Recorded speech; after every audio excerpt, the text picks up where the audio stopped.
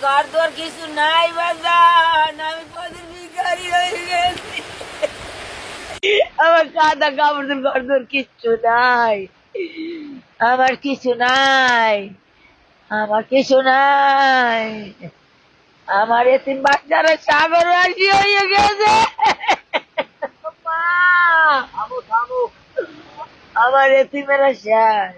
আমাদের ঘরের ছ হয়ে গেছে, পুষ্কুনির পাড়ের চাইও মানে 3 থেকে 4 ফুট পানি হয়েছে। আশমুরা তো খুব ক্ষোভের মধ্যে সব মরে রয়েছে। আমাদের বেরিবেদ নাই, কোনো সাইডে বেরিবেদ নাই, একটা সাইকেলের সেন্টার নাই যে আমরা যাই উঠবো তাড়াতাড়ি। আবার বিপদ পড়লে দৌড়ে যেয়ে সাইকেলের সেন্টার নেওয়াও নাই আমাকে। পানিতে ওদিকে স্রোত আইছে দক্ষিণ দিগনে আইয়া সব লই গেছে। আমরা তারা দিয়া ঘরে কান বাড়ায় নামছিলাম, নামিয়ে দেখি যে ঘর রয়ে গেছে। এইবার আমরা কোটখালি গেছি হেন। এই মায়ের কথা শুনে নিজের কাছে অনেকটাই খারাপ লাগতেছে, কি বলবো। এই হলো আমাদের বাংলাদেশের অবস্থা।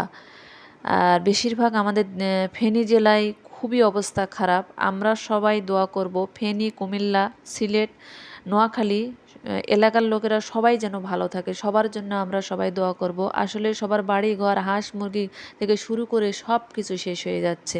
এই নিউজগুলো যখন চোখের সামনে আসতেছে নিজের কাছে খুবই খারাপ লাগতেছে। আসলে আমরা এগুলোর মধ্যে এখনও পড়িনি, আমরা এই জন্য বুঝতেছি না। ওরা পড়ছেও এই জন্য বুঝতে পারতেছি। আর সব থেকে মাসুম বাচ্চাগুলো এইভাবে, কি বলবো, এই বাচ্চাদেরকে দেখে আর চোখে পানি ধরে রাখতে পারতেছি না। খুবই খারাপ লাগতেছে এই নিউজগুলো যখন চোখের সামনে আসতেছে। আল্লাহ সবাইকে হেফাজত।